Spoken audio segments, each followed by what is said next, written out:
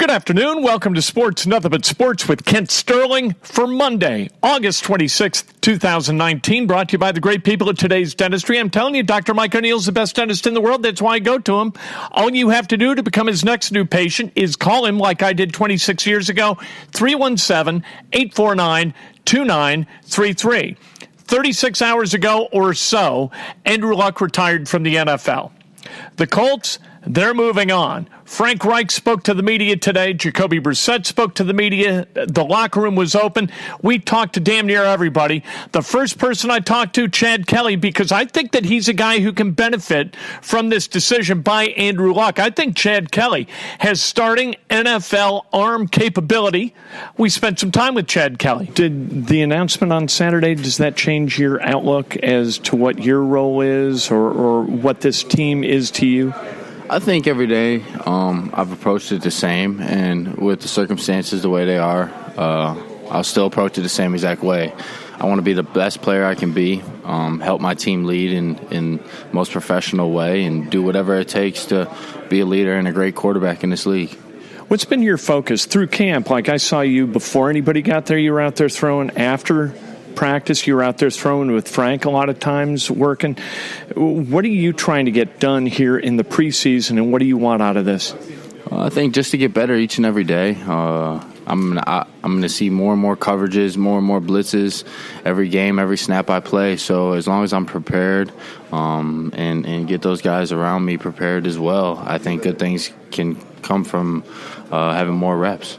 Did you get a chance to build a relationship with Andrew and learn some stuff from him while he was here? Yes, definitely. For the 4 months that I was here, I learned a ton, not just in film, but how to approach a meeting, how to approach the media, and other things like that. So, I think it was a blessing to have him here for those 4 or 5 months. I never really got to sit down and pick his brain a lot, which hopefully in the next couple of weeks I'll be able to still get in contact with him, and hopefully we can get together and hopefully talk some more football. Thanks, Chad. That's Chad Kelly, who we would presume is going to be the backup quarterback for the Colts once his suspension is served. He's suspended the first 2 games of the regular season. We also spent some time with Jack Doyle talking about one of his best friends on the team, Andrew Luck, and his retirement. Yeah, mixed emotions. Like a lot of people, I'm sure, sad to not have him in here every day, but also very happy for him to be at peace with it and to have clarity with what he was doing. Happy for him and his wife, Nicole. I know. Is this just part of football? Is this just the way things go? Next man up, turn the page? Yeah, I mean, we've talked about that before, whether it's an injury or whatever it is, a retirement, the league just keeps going. The football just keeps going. That's the way this league works, and everyone knows that that's in it or been in it, and so that's what we do. We go out and practice today. You had your fair share of injuries. Can you provide some context on what going through that year in and year out can do to a person, not just a football player, but a person? Yeah, it's hard, very hard to try to get back out there, to know that you can't help the team when that's really what you want to do. It's very difficult, and it can be a lonely process, and it's tough and very frustrating. Have you talked to him a little bit since everything went down Saturday? I know you guys are close. Yeah. No, I haven't talked to him since. I'm kind of letting him calm down a little bit, but before we got to talk, and then that was good. What's the level of confidence with Jacoby moving forward? Yeah, a ton of confidence. Jacoby, I'm excited for him to be able to come into this situation and not be picked up on Labor Day weekend or So I'm excited for him to have the offense, and being through it through a year and then another year. I'm excited, and everyone loves Jacoby and knows he's going to do a great job, and we're excited to see him play. What kind of a quarterback is he, Jack? From 17. Yeah, totally different. But as I described, but that experience of 17 definitely helped him, I'm sure, and I'm sure he would tell you that. So yeah, definitely different situation. What kind of a quarterback is he? Describe Jacoby, because he is quite different physically, though. Like Andrew, big, strong. Yeah, big, strong. Can break tackles in the pocket. And Jacoby does such a great job of enjoying football, and that's what makes him so fun to play with. Is he has that kind of kid's mentality when it comes to playing, and that makes it a lot of fun to play with. Jack, for fans that might not know, describe his personality a bit. We see a bit of a loud side to him on the practice field. Yeah, he's a goofball, man. He's like I said, he likes to have a lot of fun out there, as it should be, as the game's supposed to be played. But he plays the game with detail and plays the game extremely hard and wants to do well and holds people accountable. So he's what you look for in a quarterback. That's Jack Doyle, tight end for the Colts. We also spent some time with Darius Leonard. Darius had some things to say about the fans and the fans booing at the end of the game as Andrew Luck walked off the field. I think it's really important, before we hear from Darius Leonard, I think it's important for everybody associated with the Colts to understand that I don't believe that these were fans who were booing Andrew Luck. I think they were fans who were booing the Colts as an organization and how they have handled these situations in the past. And then in the present on Saturday night, I think they're mad at the organization. Anybody who's mad at Andrew Luck, I think, is completely out of their minds. Here's Darius Leonard. First, I was very shocked. I found out on the sideline. So at first, emotions were high. For me, it was selfishly, thinking, because I was upset at first, That's just me being selfish. But then, after I thought about it and knowing all that Andrew done and knowing what kind of guy he is, I think it was a great decision. I respect the decision and definitely looking forward to the season. What's his presence been like for you as a rookie getting into the spotlight? What's his presence been like for you in your first year? Just being a great leader, man, especially helping me out tremendously, definitely on the field, learning from a great quarterback like that, kind of trying to disguise a whole lot of things, and he'd pick it up. So definitely picking his brain almost every day, trying to figure out things to make me better as a linebacker. Darius, you grew up in a hurry in this league, just 1 year in, but now do you take it upon yourself to say, hey, man, I got to be a leader not only on the field, but more of a leader in this locker room too? I still approach the day same thing. Every time I come here, I think about being a leader. With Andrew or without him, I still have the same mindset, and I'm going to still come in and try to be the best leader I can. Darius, when the offense loses a player of that stature, does the defense say we have to do more? No, like I said, we still the same motto, man. We go control what we can control, and that is playing one play at a time and getting better each day. Did you hear the crowd booing? I did. It sucked, especially a guy who did so much for this organization, so much for this city, and so much for the team. And the news was terrible, but you still do not boo a guy who gave so much for this community. And you see what he battled against, and it showed how tough he is. And for him to get booed his last time walking off that field, it definitely sucked, not just for him, but for the whole Colts organization. That's All-Pro linebacker Darius Leonard. Frank Reich had a lot to say today, and it's important to unpack this. We're going to play the entire thing, his entire podium. Here is Indianapolis Colts head coach Frank Reich. Okay, just to begin with a message directly to Colts fans and supporters. It's not often that we share intimate details of a team meeting, but today's going to be one of those rare exceptions. This morning at our team meeting, Chris Ballard and myself spoke to the team, about the events of the last few days, and just thought it was a good moment. Chris had a lot of amazing things to say. And ultimately, sometimes as a team, what we talk about is we talk about a theme or a word that helps us make sense of things, helps put categories for things, does put context in. And this morning we talked about the word paradox. So a paradox is a statement in which it seems that if one part of it is true, the other part cannot be true. For example, everyone makes a unique contribution on this team, yet everyone is replaceable. We can deeply love and respect and care for each individual, yet the team must come first. Therefore, when it came to Andrew's retirement, that word paradox kind of can help us make sense of what's going on. On one hand, we can respect and honor the player and the teammate that Andrew is and was. But at the same time, we can share an excitement and an enthusiasm about the team that we have going forward and the journey ahead of us. Ultimately, it isn't how good any one player is. It's not. It's about how good we are as a team. Someone asked me a question the other day is there any sense that you felt like Andrew is letting down the team? And the answer was an emphatic no. And why is that? Well, Colts fans know that we use a metaphor around here of climbing Mount Everest to depict the journey of a regular season and the quest to get to the top and to win a world championship. And anyone who's made that climb knows that it requires a total commitment of the heart, complete and total commitment of the heart. And when Andrew spoke to us the other day, he spoke of how the cycle of injury and pain and rehab, injury, pain, rehab, injury, pain, rehab over 4 years had taken its toll.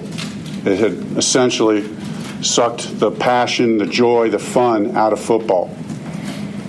And so Andrew did the right thing. He did the right thing for himself, and he did the right thing for the team, knowing the requirement and the commitment that's needed for the journey ahead.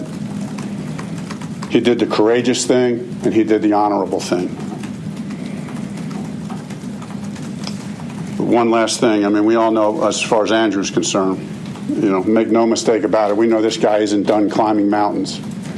He's very talented. This is just a new beginning and a new chapter for him. I mean, can you imagine if he inspired millions of kids to learn how to read? How would that mountain be to climb? But also, let me assure Colts fans of this. This team is not done climbing. In fact, we're just getting ready. We're just getting started, and we can't wait.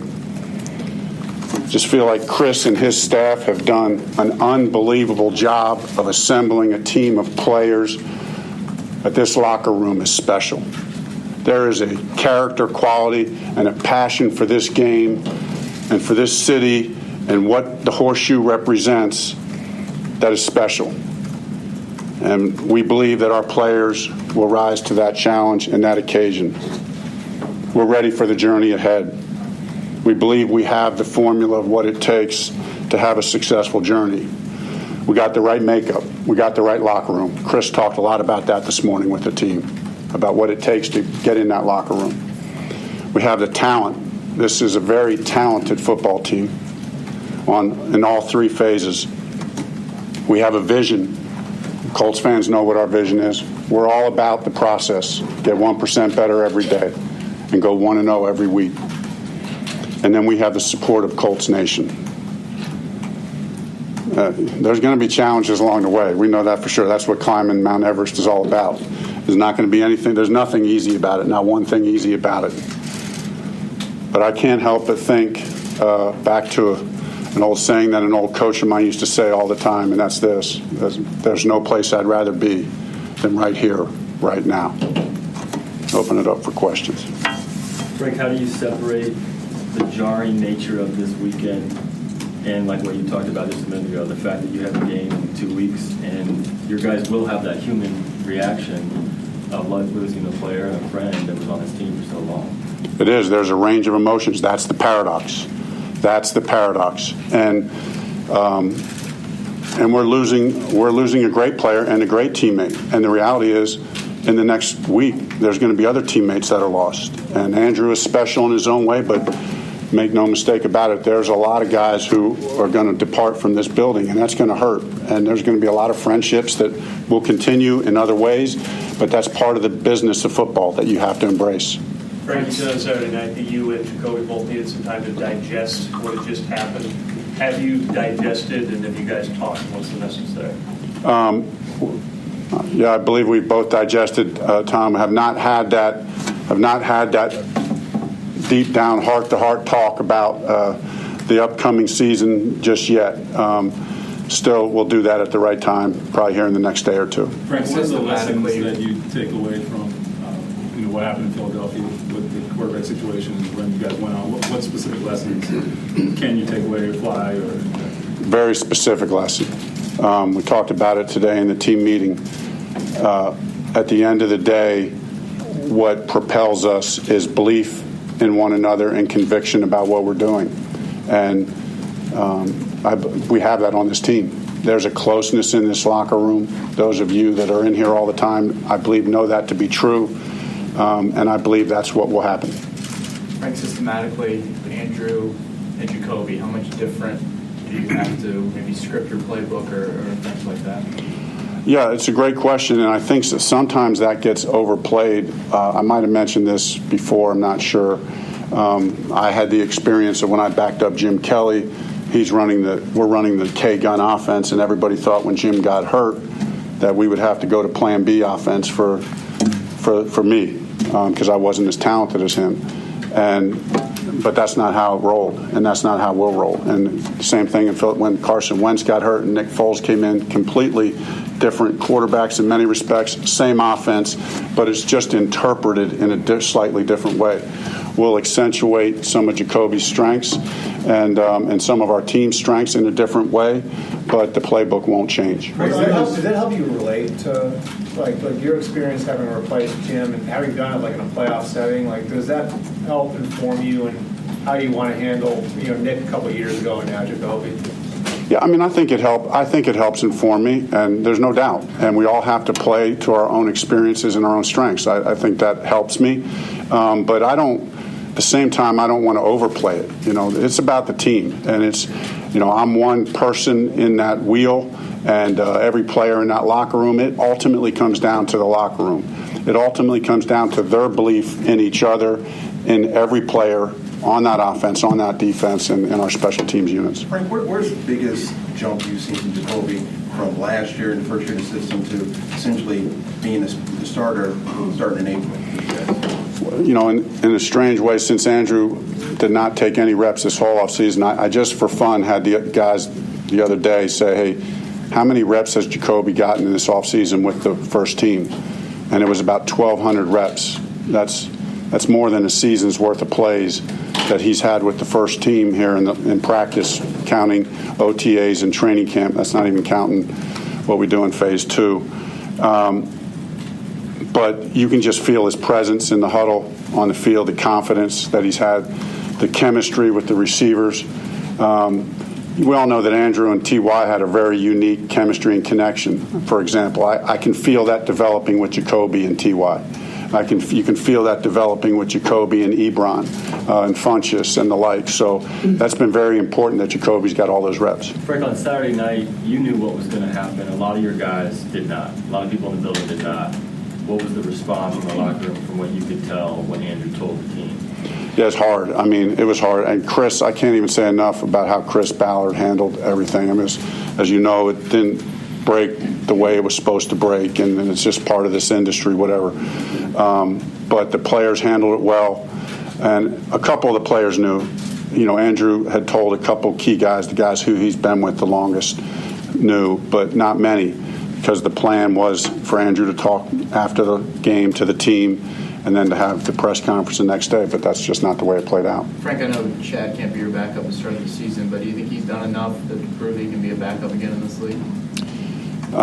Chad has played well, and he's carried himself well. He's done everything right. That'll be an evaluation that Chris and I'll make at the right time, but he's done well. Where's the comfort level with Phillip Walker to be Jacoby's backup if something were to happen?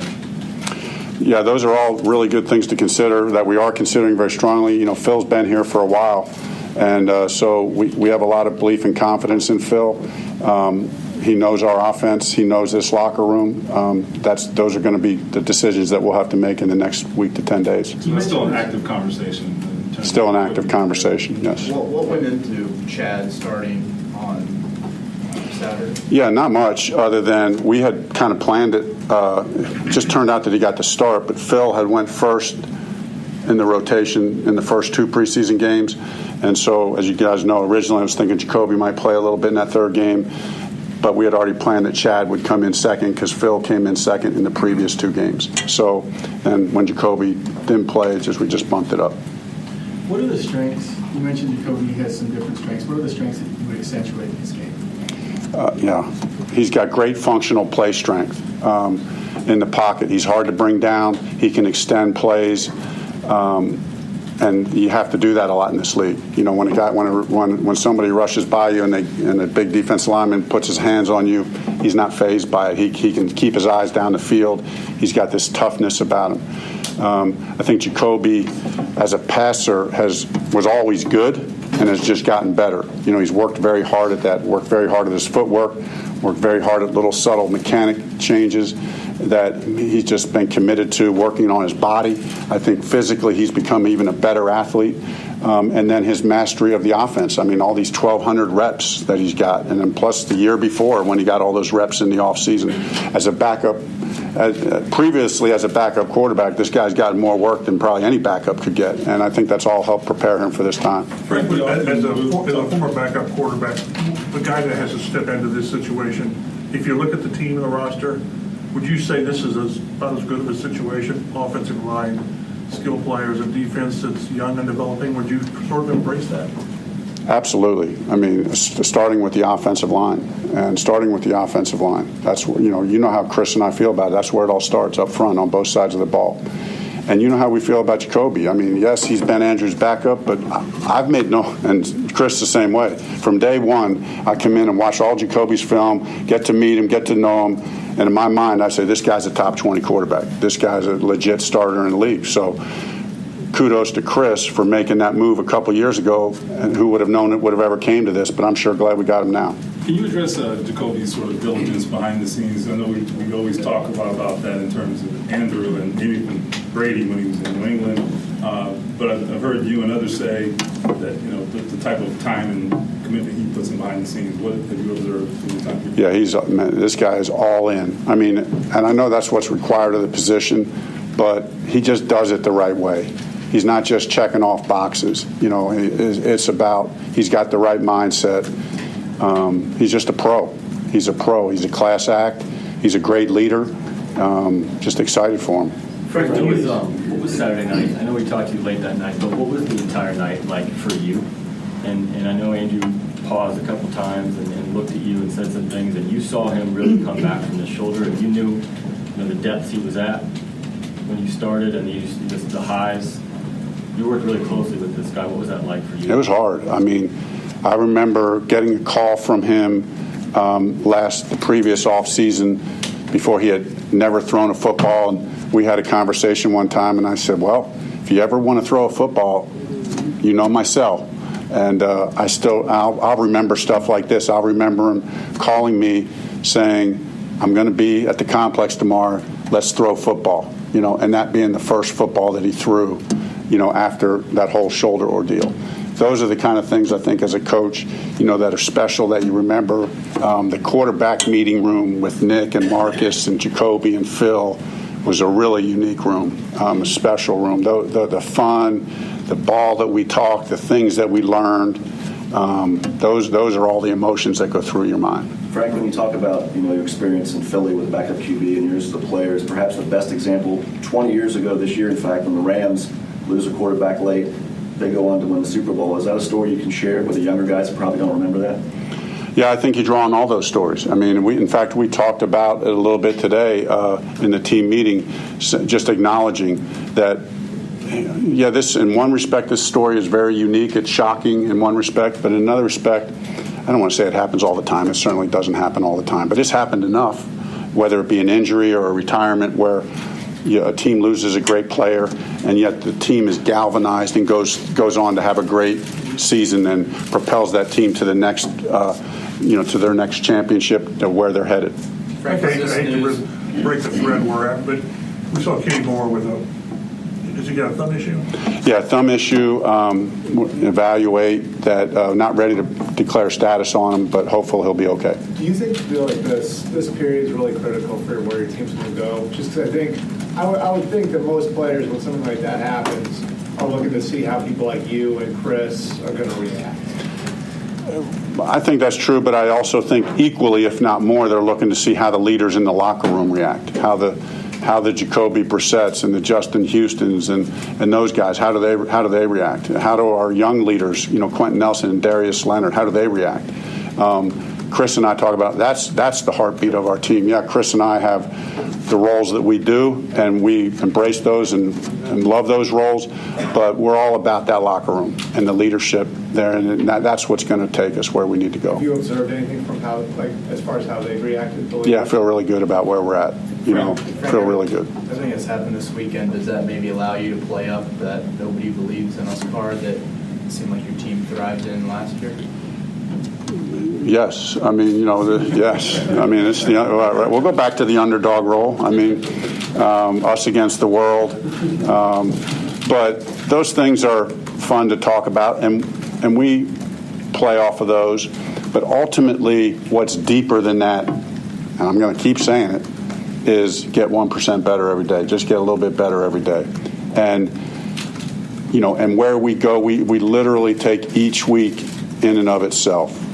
Don't try to get out there too far in front of it. It's one game at a time, and we might lose 1 or 2, but we're going to take it 1-0. We're going to take it 1-0, and nothing is going to phase us from that. Frank, you kind of alluded to this earlier, but can you sort of give us a sense of the relationship between Jacoby and Andrew and how that's sort of evolved over the last 2 years now?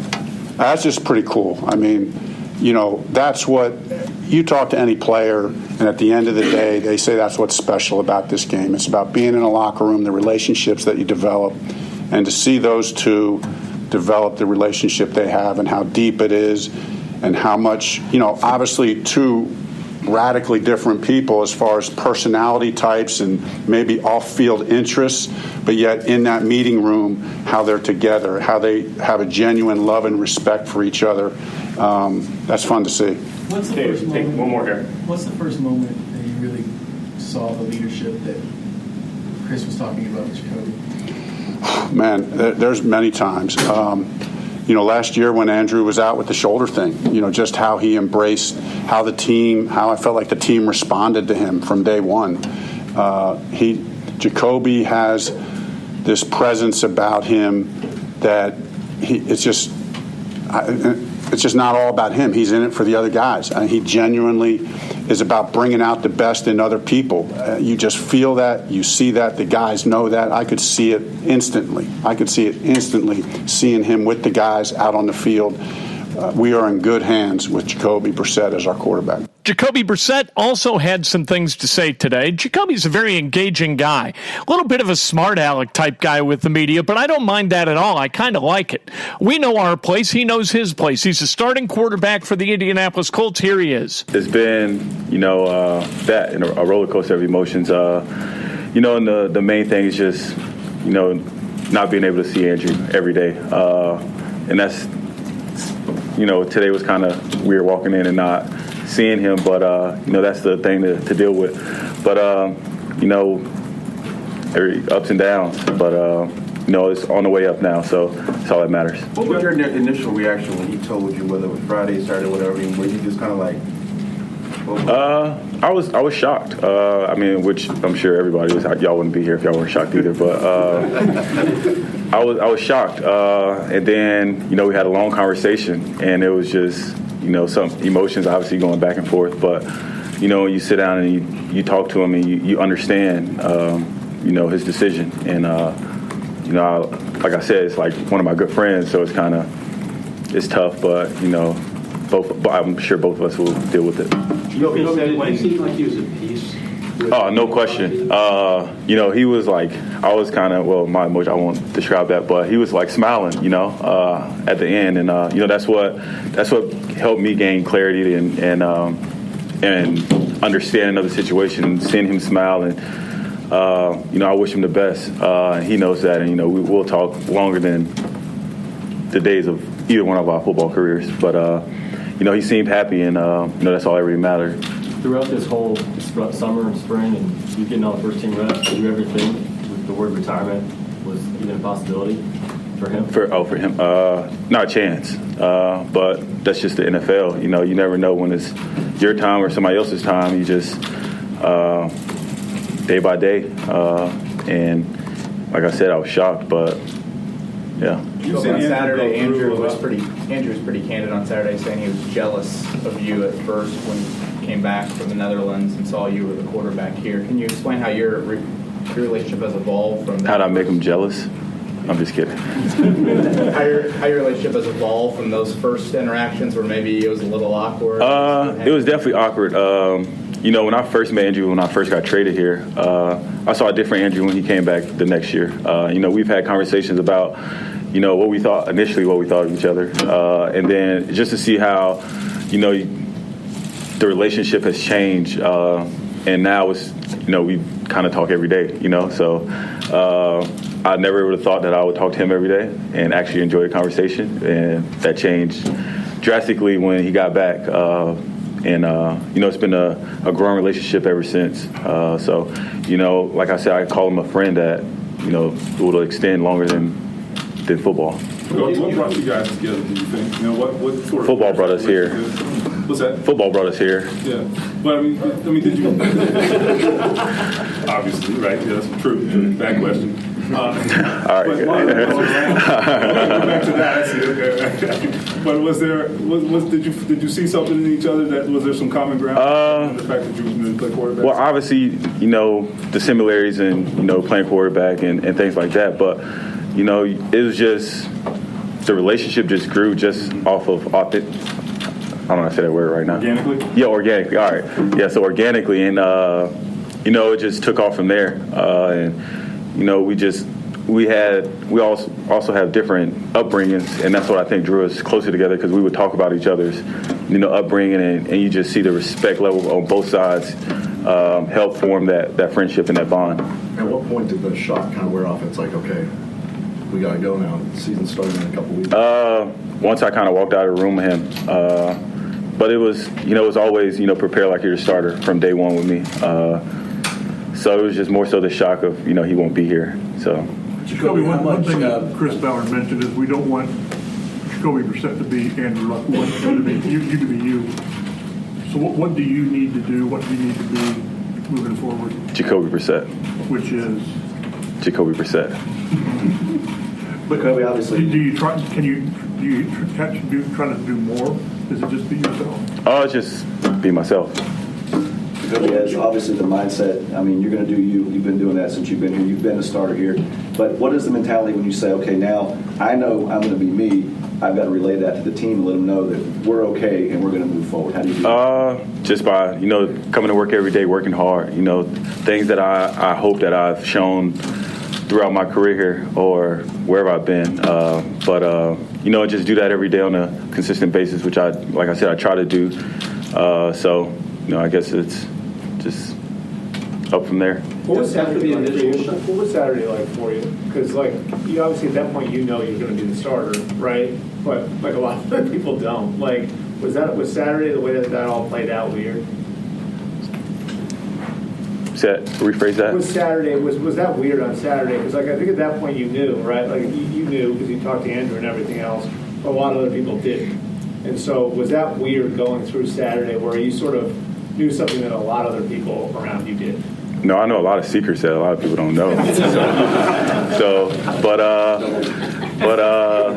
No, it wasn't weird. I have already had conversations with Andrew, so that was kind of, I was at peace with it. I just wish he could have done it his way. So that sucked as a teammate to see that and feel the reaction that we got from the fans for him.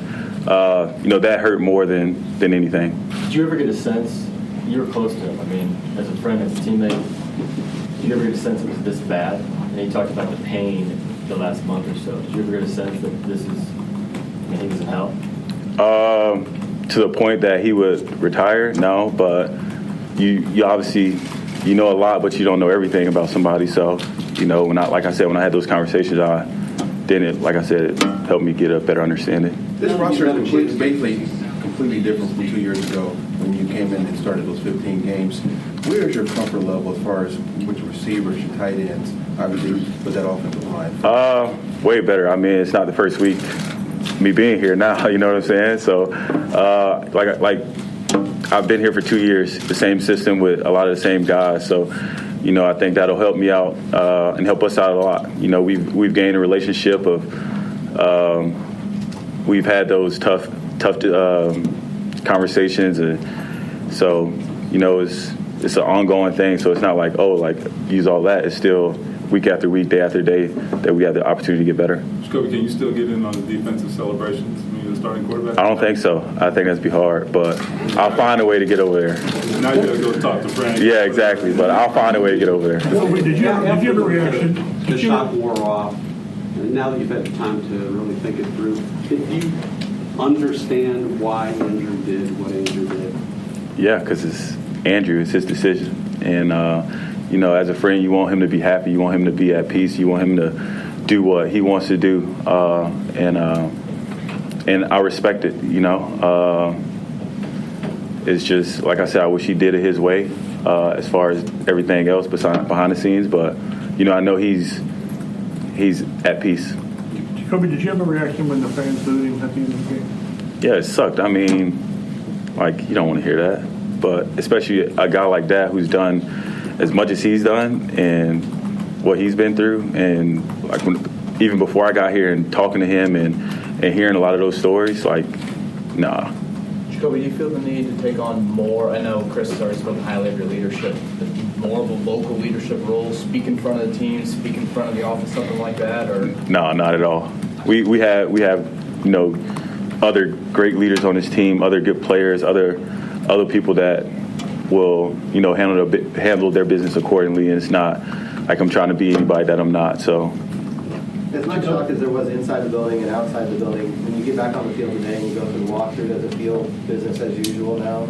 Yeah, no question, because at the end of the day, it's always, when you're working, and you just go on.